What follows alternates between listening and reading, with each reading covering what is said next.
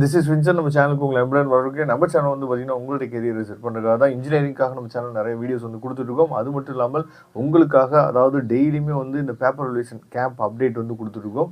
Next வந்து பார்த்தீங்க அப்படின்னா நீங்கள் 12th முடித்தோடனே என்னெல்லாம் படிக்கலாம் அப்படிங்கிற அப்டேட்டும் நம்ம ரெகுலராக உங்களுக்காக கொடுத்துருக்கோம். அதே மாதிரி முக்கியமாக காலேஜ் ரிவ்யூஸ் வந்து பார்த்தீங்க அப்படின்னா நிறைய உங்களுக்காக கொடுத்துருக்கோம். உங்களுக்கு எந்த காலேஜோட ரிவ்யூ வேணும் அப்படிங்கிறதையும் நீங்கள் கமெண்ட் பாக்ஸில் சொன்னீங்க அப்படின்னா அடுத்தடுத்த வீடியோவில் நம்ம என்ன பண்ணலாம்னு பார்த்தோன்னா ரிவ்யூ வந்து உங்களுக்கு கொடுக்குறதுக்கு நம்ம ரெடியாக இருக்கிறோம். ஏன்னா அதாவது நிறையா காலேஜஸ் வந்து உங்களால் ஏறி இறங்கி பார்க்க முடியாது. அதனால் கோயம்புத்தூர் போனீங்க அப்படின்னா சென்னை போக முடியாது, சென்னை போனீங்க அப்படின்னா கோயம்புத்தூர் போக முடியாது. அதனால தான் நிறையா காலேஜஸோட ரிவ்யூஸ் வந்து என்ன பண்ணோம் உங்களுக்காக நம்ம கொடுத்துட்ருக்கோம்.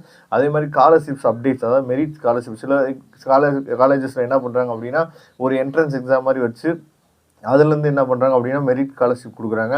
ஏன்னா நிறையா ஸ்டூடெண்ட்ஸ் வந்து கவர்மெண்ட் அலாட் பண்ணக்கூடிய ஸ்காலர்ஷிப்ஸில் வரலை அப்படின்னா அவங்களுக்கு வந்து பார்த்திங்க அப்படின்னா இந்த மாதிரியான விஷயங்கள்லாம் ஹெல்ப்ஃபுல்லாக இருக்கும். அதனால் தயவுசெய்து அந்த மாதிரி விஷயங்கள் நான் வாட்ஸ்அப் குரூப்பில் நான் ஆல்ரெடி ஷேர் பண்ணிட்டு தான் இருக்கிறேன். அப்படி அப்டேட்ஸ் ஏதாவது வந்துச்சு அப்படின்னா நீங்கள் அதுக்கு ரெடியாக இல்லை, ஆனால் மற்ற பசங்களுக்கு அது உதவும் நீங்கள் நினச்சிங்க அப்படின்னா நீங்கள் அதை உங்கள் ஃப்ரெண்ட்ஸுக்கு நீங்கள் ஷேர் பண்ணலாம். ஏன்னா அவங்களுக்கு கண்டிப்பாக உதவும்.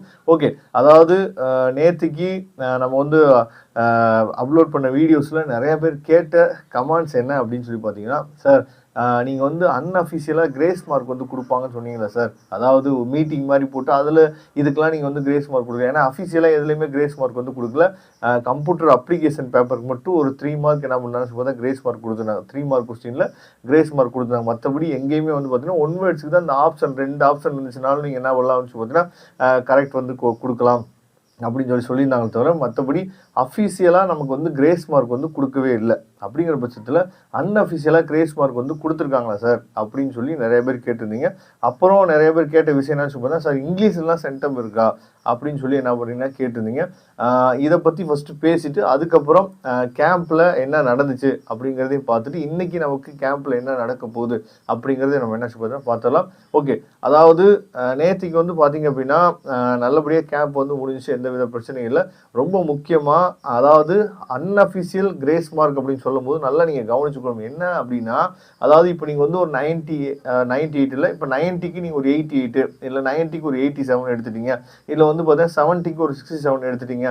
இந்த இடத்துல 3 மார்க் கொடுத்து ஒரு என்னது உங்களை சென்டம் ஆக்கணும், இல்லை ஒரு 2 மார்க் கொடுத்து உங்களை 90 அவுட் ஆஃப் 90 இல்லை 70 அவுட் ஆஃப் 70 வந்து மாற்றணும். அப்படிங்கிற இடத்துல வந்து பார்த்தீங்க அப்படின்னா அன்அஃபிஷியல் கிரேஸ் மார்க்ஸ் வந்து உங்களுக்கு உதவாது. அப்போ எந்த இடத்துல வந்து கிரேஸ் மார்க்ஸ் வந்து உதவும் அப்படின்னா அன்அஃபிஷியலாக ஸ்டாஃபாக பார்த்து கொடுக்கக்கூடிய கிரேஸ் மார்க் வந்து எந்த இடத்துல உதவும் அப்படின்னா ரொம்ப முக்கியமாக அதாவது அந்த பார்டரில் பாஸ் ஆகிடலாம். அதாவது ரொம்ப முக்கியமாக 70 மார்க் பேப்பரில் 15 எடுத்தால் பாஸு, 90 மார்க் பேப்பரில் 25 எடுத்தால் பாஸ். சரியா? அதில் அந்த பார்டரில் இருக்கீங்க பார்த்தீங்களா, அந்த பார்டரில் வர பசங்களுக்கு வேணும்னா என்ன பண்ணுறாச்சு பார்த்தீங்கன்னா கிரேஸ் மார்க் வந்து கொடுக்கலாம் அப்படிங்கிற அப்டேட் போட்டு தான் கொடுத்துருக்காங்க. தவிர மற்றபடி அன்அஃபிஷியலாக இந்த தடவை மீட்டிங்கில் என்ன சொல்லிட்டாங்க அப்படின்னா கிரேஸ் மார்க்ஸ் வந்து கிடையாது. அதே மாதிரி இன்னொரு முக்கியமான கமாண்டு என்ன அப்படின்னா, சார் லாஸ்ட் இயரோட இந்த இயரை வந்து சென்டம் அதிகரிக்க வாய்ப்பு இருக்கா இல்லை குறையிறதுக்கு வாய்ப்பு இருக்கா அப்படின்னு சொல்லி என்ன சொல்லி கேட்டீங்க. நான் அதாவது நம்மளே பொறுத்த வரைக்கும் நம்ம ஒரு 4-5 கேம்பில் நம்ம விசாரிக்கிற இடத்த பொறுத்த வரைக்கும் எப்பயும் போல் நார்மலைஸாக நினச்சி பார்த்தா சென்டம் வந்து வருது. ஓகேவா?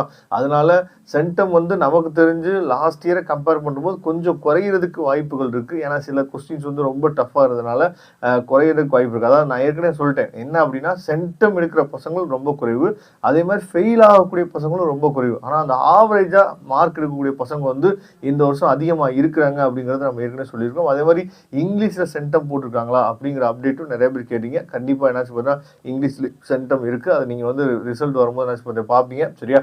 அதனால் அதாவது இன்னைக்கு வந்து பார்த்தோம் அப்படின்னா ஃபுல் ஃப்ளெஜ்டாக வந்து பேப்பர் ரிலேஷன் வந்து போயிடும். சரியா? 12+12 வந்து பேப்பர் வந்து கொடுப்பாங்க. நாளைக்கு வந்து பேப்பர் ரிலேஷன் கேம்ப் வந்து கிடையாது. ஏன்னா சண்டே வந்து பார்த்தீங்கன்னா பேப்பர் ரிலேஷன் கேம்ப் வந்து இருக்காது. நாளைக்கு வந்து நம்ம அதாவது இன்னைக்கு என்ன நடந்துச்சு அப்படிங்கிறத மட்டும் தான் நாளைக்கு வீடியோவில் போடுவோம். சரியா? அதனால் நாளைக்கு வந்து கேம்ப் வந்து கிடையாது அப்படிங்கிறது நீங்கள் என்ன பண்ணணும் தெரிஞ்சுக்கணும். ஏன்னா நிறைய பேர் கேட்டிருந்தீங்க. சரியா? அந்த வீடியோ அதை பற்றி நான் நேற்றுக்கு நான் வீடியோ சொல்லிட்டேன். அதாவது எப்போ வந்து கேம்ப் வந்து லீவ் விடுவாங்க அப்படின்னா ஏன்னா சண்டேவும் அதே மாதிரி கவர்மெண்ட் ஹாலிடே தான் லீவ் விடுவாங்க. அதே மாதிரி அதாவது எல்லா பேப்பருமே முக்கியமாக பிசிஎம் சரியா, அது ரெகுலராக டெய்லியுமே என்னாச்சு பார்த்தீங்கன்னா ஒரு சென்டம் வந்து எப்படி இருந்தாலும் அதாவது நம்ம கேம்ப்லேயே வரும்போது அப்போ மற்ற பக்கம்லாம் கண்டிப்பாக வர்றதுக்கு வாய்ப்புகள் அதிகமாக இருக்குது. அதனால் கண்டிப்பாக இந்த வருஷம் நல்லபடியாக அதாவது ஆவரேஜ் மார்க்கு வந்து பார்த்திங்கன்னா அதிகமாக தான் இருக்கும். அதனால் கட் ஆஃப் டிக்ரீஸ் ஆகுமா கட் ஆஃப் வந்து இன்க்ரீஸ் ஆகுமா அப்படின்னு சொல்லி கேட்குறீங்க நிறைய பேர்.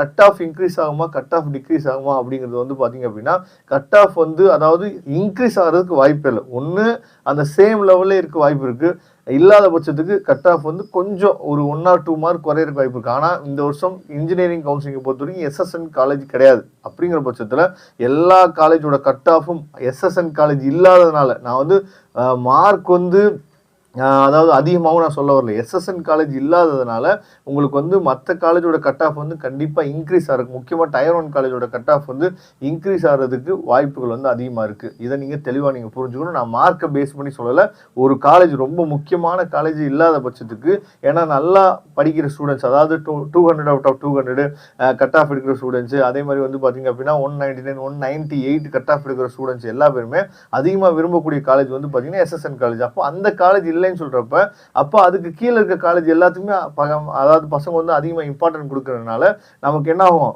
இந்த கட் ஆஃப் வந்து அப்படியே நான் இன்க்ரீஸ் ஆகிறதுக்குன்னா வாய்ப்புகள் வந்து அதிகமாக இருக்குது, முக்கியமாக டயர் 1 காலேஜஸ்க்கு. ஓகேவா, புரிஞ்சிருப்பீங்கன்னு நினைக்கிறேன். உங்களுக்கு எந்த வித டவுட்டாக இருந்தாலும் நீங்கள் கமெண்ட் பாக்ஸில் கேளுங்க, நான் அடுத்த வீடியோவில் அதுக்கு சொல்கிறதுக்கு ரொம்ப ரெடியாக இருக்கும். Okay friends, thank you. நம்ம நெக்ஸ்ட் வீடியோ பார்க்கலாம். அதுவரை உங்களுக்கு விடைபெறுவது உங்கள் நண்பன் வின்சென்ட்.